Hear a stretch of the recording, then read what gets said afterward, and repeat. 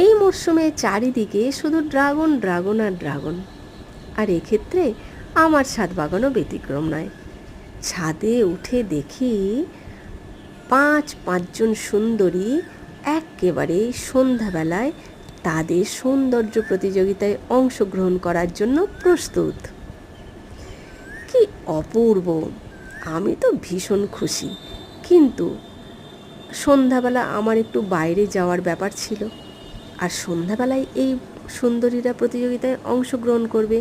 আকাশে দেখলাম মেঘের ঘন ঘটা, ছেঁড়া ছেঁড়া মেঘ চারিদিকে ভেসে বেড়াচ্ছে।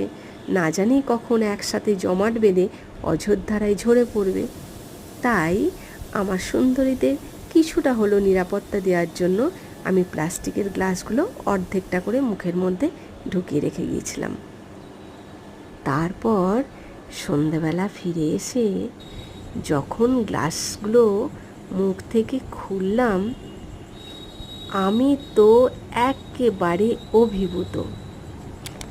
এত সৌন্দর্য ঈশ্বর এদেরকে দিয়ে সৃষ্টি করেছেন, আমি মুগ্ধ, অবাক হয়ে তাকিয়ে আছি।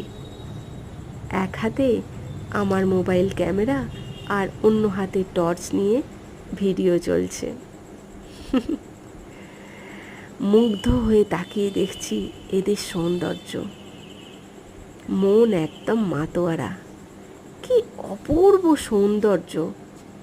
তারপর শুরু করলাম হ্যান্ড পলিনেশন। আমি কখনো আগে হ্যান্ড পলিনেশন করিনি। আমার গাছে বছর 4 হলো ফল হচ্ছে, বেশ বড় বড় ফলই হয়, কিন্তু আমি এই প্রথমবার আমার ছাদ বাগানের ড্রাগন গাছে হ্যান্ড পলিনেশন চেষ্টা করলাম।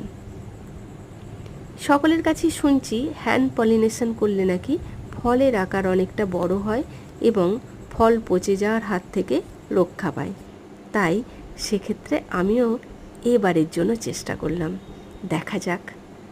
তারপর সেই গর্ভমুণ্ড, গর্ভদণ্ড আর পুংকেশ্বরের খেলা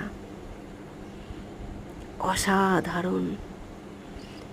আমি তো পুরো ফুলের মধ্যেই একেবারে ডুবে গিয়েছিলাম। অপূর্ব।